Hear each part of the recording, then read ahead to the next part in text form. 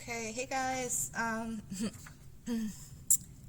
Uh, for those of you who didn't have 2 hours to watch a presentation, the one that I just did on misogyny, defamation, and harassment in Delphi, I've decided to break down some of the sections into shorter thematic videos. And I wanted to start off today with a PSA calling out R&M Productions. Arguably the greatest enabler and encourager of the harassment aimed at others in the pro-Rick Allen community. She's allowed her followers to run amok while LARPing is a mental health advocate, when her behavior stands at the very antithesis of what it means to actually respect the mental health of others in this online space. Many people are hesitant to call her out because they've seen the kind of devastation her community can inflict. But these so-called mean girls or cranks or whatever we're calling them have gone too far and for too long. At the very least, the coordinated harassment appears serious enough to warrant closer scrutiny, potentially even a criminal investigation into cyberstalking. That and a case study.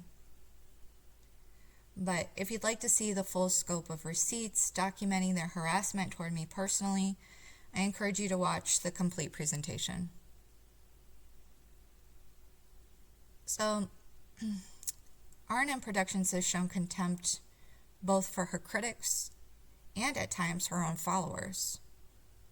Those who dare to critique her or her inner circle are often dismissed as having mental health issues or are personally defamed, especially if they're outspoken women. Meanwhile, her loyalists are pressured into a kind of cult-like obedience under the guise of unity and solidarity, which functions as a tool of narrative control. Because, what kind of open-minded community tells its members to take part in a blackout or to stop talking and stop thinking as some kind of loyalty test? Enough is enough. R&M Productions is neither a serious investigator nor an advocate in any meaningful sense, and she should not be treated as such. Okay, so, I kind of took a deep dive, and I got to thinking, why call someone a cunt? Especially if you don't live in Australia. So, the slur cunt is a way to shock, humiliate, and silence a perceived challenger, especially another woman. Calling another woman a cunt is a way of aligning with more traditional masculine language. It's an attempt of the woman doing the name-calling to separate themselves from their target, to gain social status by mimicking male aggression. If the name-caller feels exposed or inadequate, they may project that discomfort outward, using a slur as a displacement of shame. In other words, if I can demean you, I don't have to face the part of me that feels inadequate. And this kind of projection often shows up when someone's public persona conflicts with their private emotional reality. So when someone preaches compassion but behaves abusively, they're experiencing dissonance. Dissonance between their self-image and their actions. And in order to reduce that dissonance and reconcile their self-image as still good, they must dehumanize the person they're harming in order to convince themselves that the other person, quote-unquote, deserves it or isn't really getting hurt. But slurs of any kind make that dehumanization easier. Once someone's labeled with a word that strips them of dignity, empathy becomes optional. But keep in mind that this language is also about signaling belonging to a certain group. In online spaces, attacking an outsider using inflammatory or sexist language can serve as in-group currency. It's performative cruelty meant to earn points with their audience or followers by reinforcing shared hostility toward a common enemy. And interestingly, for someone trained in mental health, resorting to such language is deeply unprofessional. When the person no longer practices what they preach, it may signal some sort of burnout or emotional dysregulation. But it may also demonstrate narcissistic traits or the inability to handle criticism without retaliation. Point is, there are a myriad of reasons someone may call another person a cunt. Those are just some of the things that I wanted to point out. Okay? So, now for serving cunt. I think on the 27th of October this year, R&M Productions replied to a post made by All Eyes on Delphi on X, formerly Twitter, and they attempted to use a tongue-in-cheek slur, dressing it up as camp or queer language. But to be clear, the original post is a sexist slur, and All Eyes, or R&M replying to All Eyes, saying this thumbnail with the skull and crossbones face emoji, meaning like, oh, it's killing me from being so hilariously funny, referring to this thumbnail of a live stream hosted by the prof, featuring myself as the guest. R&M then adds, we don't just serve smear pesting, we also serve cunt. And when used in LGBTQ spaces, serving cunt is meant as a performative, self-referential, and affirming, like empowerment, serving fierce energy. Like here, pussy power, as Delphi Docs notes. But instead, it was directed at me as a way to brand me as nasty and abrasive, and to humiliate, honestly, undermining my credibility by sexualizing and degrading me. So, R&M's use of the slur cunt, followed then by Delphi Doc's definition post, worked together as an act of reputational manipulation.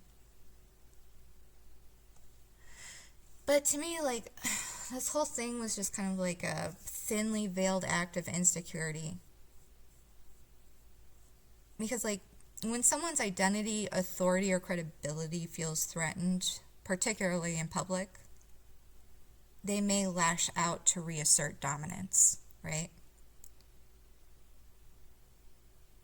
And this attack signaled to R&M's audience that attacking me personally is fair game, but it's been fair game for, the past better part of a year, since late in March.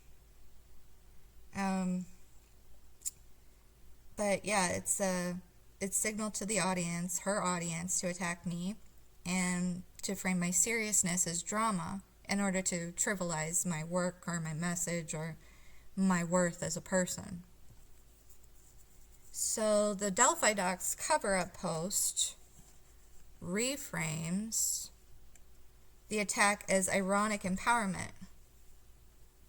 But because I was late to even learn of this post, I made a community post on, this channel, Enlight in the Dark, I think on the 29th of October, and I think it was the very next day, the 30th of October here, that Delphi Docs posted dictionary definition of serving cunt, calling me out directly, saying, hey, Adrian,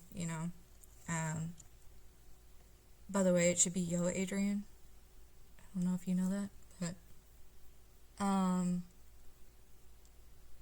but this whole thing was just laundering like trying to reframe a misogynistic slur as empowerment, attempting to neutralize backlash for the dear leader, R&M. And also, since I publicly responded and called out the insult in my own community post, the Delphi Doc post now helps to paint me as overly sensitive, right? And the definition post provides plausible deniability for the aggressor's allies, or R&M's allies, so that they can now claim it was queer vernacular, camp, or a joke. Together, the slur plus the cover-up definition is coordinated minimization, and that helps to keep R&M from having to apologize for the insult.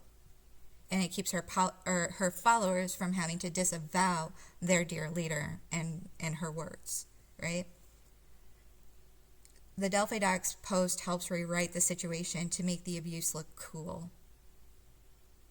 And, you know, with the cover-up post, there's other social amplifiers like TC Keith, True Crime Keith, and he's reinforcing the mockery in the replies, adding "come and get you a plate," so they're laughing emojis, etc., etc. Again, performative solidarity, celebrating the humiliation as one happy group. It's a signal to their audience, her audience, that we're all in on the joke, and if you call it misogyny, you don't get internet humor. But overall, I just want to point out that R&M's behavior fits a pattern of strategic moral inversion, or the reversal of good and evil. Moral inversion is a psychological and rhetorical maneuver to protect ego, power, or a belief system. So in this instance, R&M instigates the abuse, has Delphi Docs reframe the abuse as empowerment, allows her followers like TC Keith to normalize and amplify the abuse as a joke, and then, as we'll see shortly thereafter, presents herself as the victim when she's called out. And this is the playbook of someone who knows how to manipulate perception and avoid accountability. Because any sincere advocate or journalist or whatever would clarify intent, retract, or at least acknowledge harm. But, you know, a bad actor gets to manufacture ambiguity and gets to hide behind irony. So, let's go to this. So, following the criticism of her calling me a cunt, R&M Productions / Angela made the following post on X. And it reads, "The valued and beloved friend of R&M and the Cranks, to the #1 MVP of exposing and bringing down R&M and the Cranks, pipeline is a phenomenon I've quit trying to understand. All I know is that this side values and appreciates anyone and everyone who cares about justice and enjoys not taking themselves too seriously and doing a laugh and a giggle from time to time. Any claims that I or any of the Cranks were ever anything but welcoming is a lie. The true reason for the pipeline is likely much sadder. The appeal is moving at a glacial pace. I, many others, stopped going live due to work, family, hobbies, illness, real life shit. There is a content information vacuum which always and inevitably leads to drama and trouble. We refuse to get into the playpen and mud wrestle with agitators who need to get off the internet and go to the hospital. So the insane false narratives and outright revisionist history get screamed nightly over and over. And people want community, so they eventually shrug and latch on like, you know what? Hell yeah, fuck R&M and fuck the Cranks. But it's truly a better time just being a better person. Go to the hospital." Lots to unpack. So what stood out to me was, while the post seems reasonable, It's rhetorical and performative grandstanding. It sounds placative, but it delegitimizes and mocks people who R&M's targeted, along with her cranks. Phrases like, Annie claims that I or any of the cranks were ever anything but welcoming, and get off the internet and go to the hospital. These are classic gaslighting techniques used to reposition herself and her group as decent and level-headed, so that anyone protesting harassment from them will be labeled as unstable or unwell. It's dismissive, and it weaponizes the stigma of mental health against her critics. And the main objectives here of this post are to rebrand, to not take accountability, and to further condition her community. So it's a rebrand because she attempts to reframe herself as reasonable, lighthearted, and justice-minded after being exposed for harassment. It's an erasure of accountability because she described a pipeline of people who turned against her as sad or sick, which then converts legitimate criticism that we have, that any of her critics have, into a pathology. Because only the sick or sad dare disagree or critique crank cruelty, right?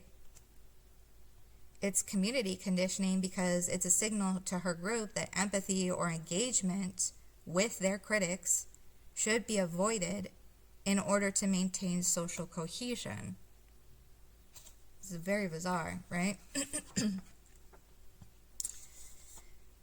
So this whole post was an attempt to launder abusive behavior through irony and plausible deniability, as if to say, if you respond emotionally to abuse, you're crazy.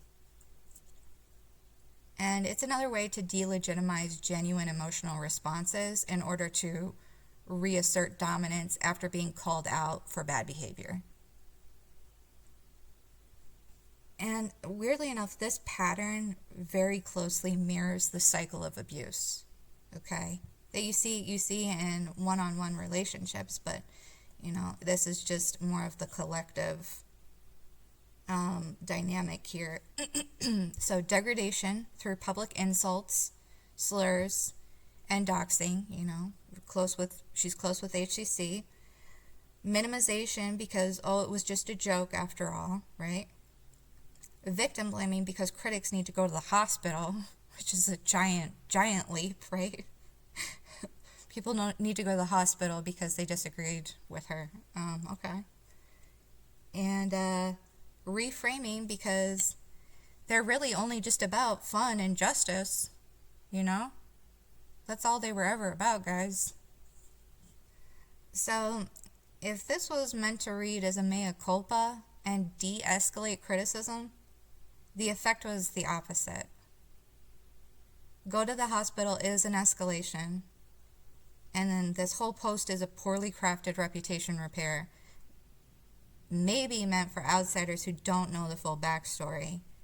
But for those of us who do know, it's a taunt, and it's a way of saying, I can still mock you publicly while pretending to be civil, all while not acknowledging any wrongdoing or attempting to apologize. So,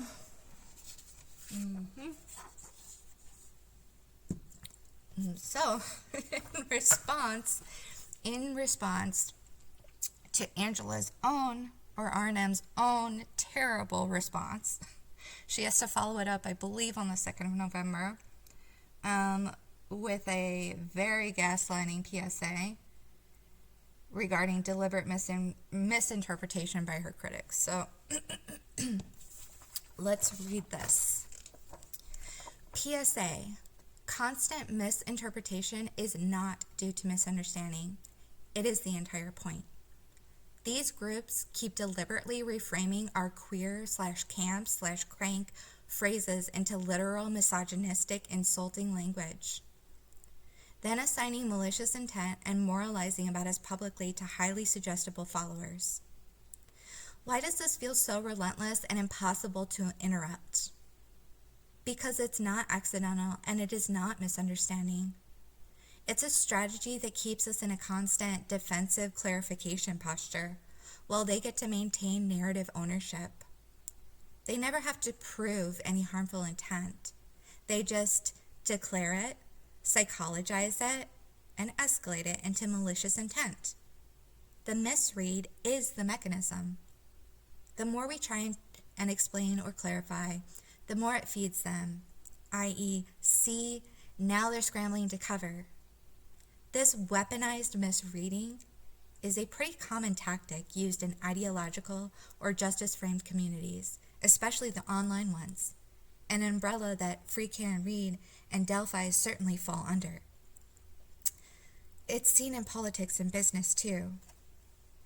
Basically, wherever two or more highly contradicting set of beliefs, opinions, or ideologies exist, this phenomenon is likely to play out in one way or another. It makes it functionally impossible for cranks et al.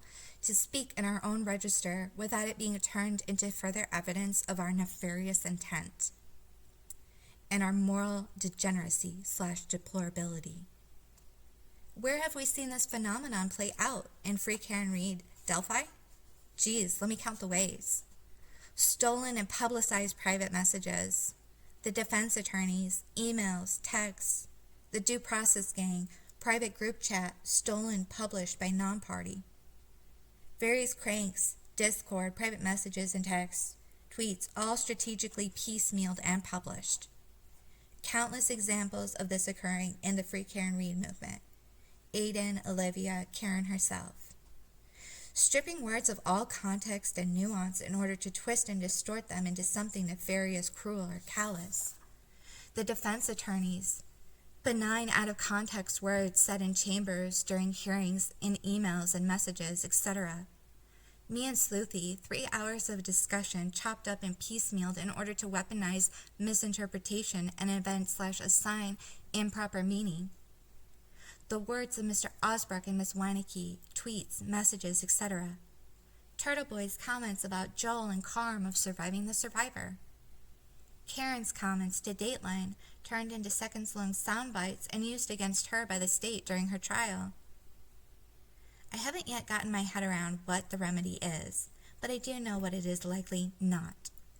The mere mention of these groups and their bullshit of the week does nothing but provide further food, fuel, content, and perpetuates the cycle. We must not feed the beast. Please stop feeding the beast, I beg. Hashtag Free Rick Allen, Free Karen Read, Free Turtle Boy. All right, here we go. So we've got another use of inversion, trying to reframe her community, the cranks, as victims of persecution rather than perpetrators of harassment. This is an attempt to control the moral narrative, right? It's preemptively redefining criticism as weaponized misreading. And this is textbook reverse victimization. It's a manipulative strategy that is often found in abusive group dynamics, such as cultic networks or online smear campaigns. So when she says, these groups keep deliberately reframing our queer/camp/crank phrases into literal misogynistic insulting language that is signing malicious intent and moralizing about us publicly, ... This inverts moral accountability. Instead of addressing why her language may be interpreted as misogynistic or cruel, R&M reframes critics as absolute moralizers, right? Saying deliberate reframing suggests bad faith on the part of critics, which then absolves R&M of, all responsibility for her tone or consequences for her words. And simultaneously, this is creating a binary us equals the misunderstood victims versus them, the moral aggressors, the critics, right? And it does, there's no accountability for the fact that the words may be the issue, right? It may be that it's the actual words that are the whole problem, right? So then she says, It's a strategy that keeps us in a constant defensive clarification posture while they get to maintain narrative ownership. R&M has a large audience and social influence. Yet she positions her group as powerless victims of narrative control. She projects narrative ownership to others, implying that they dominate discourse, when in fact, R&M and her group often initiate the public callouts and the public insults. So basically then, like with what she's saying, any critique of her or her group then becomes evidence of oppression, right? Saying the misread is the mechanism. This is the epitome of a gaslight. A preemptive gaslight. Like R&M is conditioning her followers to reject any outside criticism automatically as a misreading, right?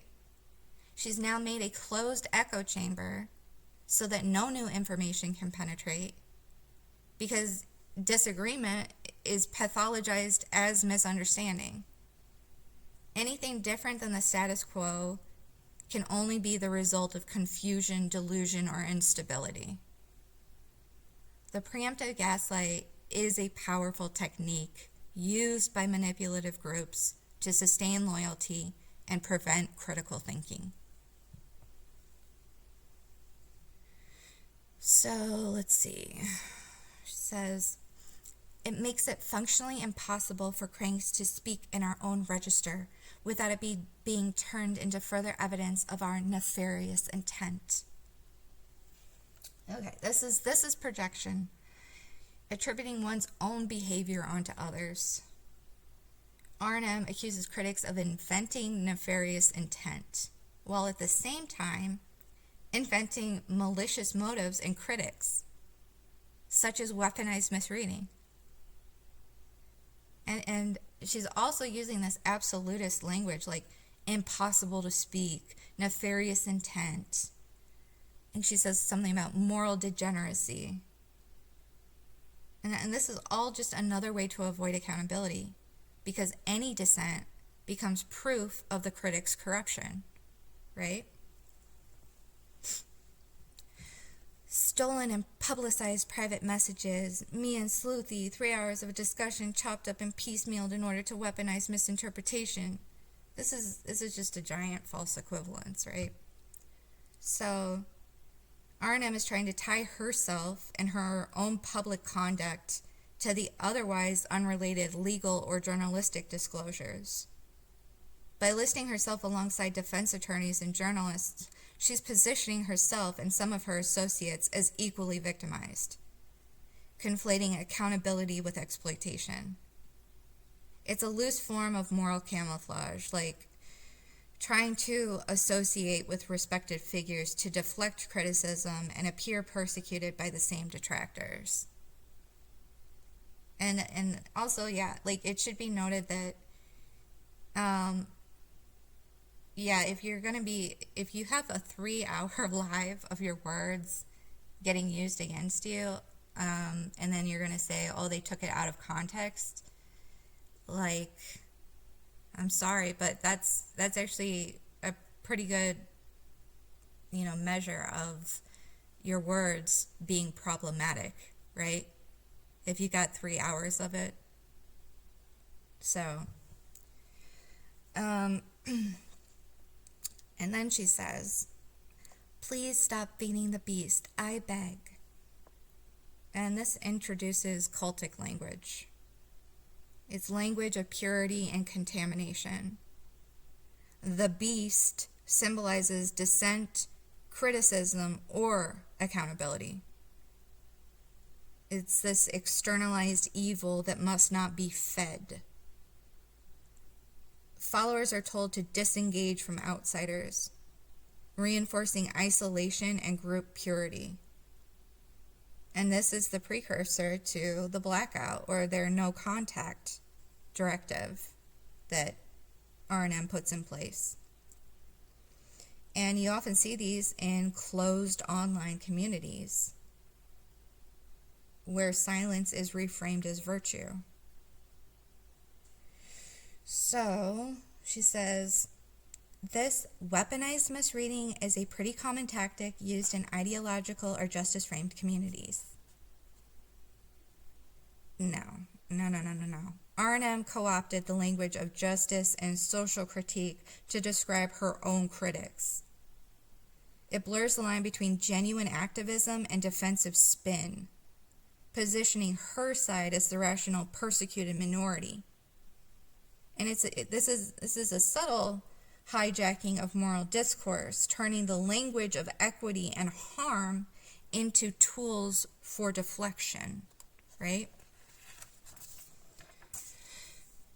So overall, R&M's posts illustrate a closed feedback loop of moral inversion, right? You've got they hurt people. R&M and her group, they hurt people. Then they deny that they hurt people by reframing that it's not really that they hurt people, and that they claim that it's then persecution because people are trying to call them out for hurting people. And then they moralize how you shouldn't go after them for saying that they hurt people. And then they repeat the cycle all over again. Right? This whole structure prevents accountability while maintaining an illusion of moral superiority, which is precisely how manipulative networks sustain loyalty and suppress dissent. Okay? This whole thing is like the abuser who cried victim. Saying the problem is weaponized misreading, that's a complete gaslight. The reality is that the problem is weaponized ambiguity. Weaponized ambiguity, guys. When you get to say cruel, humiliating, minimizing, all sorts of things, and then scold the audience for hearing those things, right? So, and this whole time, like, where is the advocacy for Rick Allen? Where is the advocacy for Abby and Libby? Where's the advocacy for countless people who've had their lives turned inside out by a corrupt system? Does this kind of behavior, or the behavior shown here and in, the larger presentation, just, just for one person, mind you. Think of all the other stories that haven't been told. Does this kind of behavior belong in a space where we're trying to find answers for murdered kids, or a man fighting for his freedom? This has been the single biggest waste of the community's time. All the cruelty done to others so that what? We wouldn't be, and we aren't any closer to finding meaningful answers to much of anything. Please don't forget who these people are. Please remember what has been done to hurt this investigation, to deny justice to murdered kids, and to hurt Rick Allen's chances of freedom. So, thank you guys for watching and listening. Please like, share, and subscribe. And I love you guys. Peace.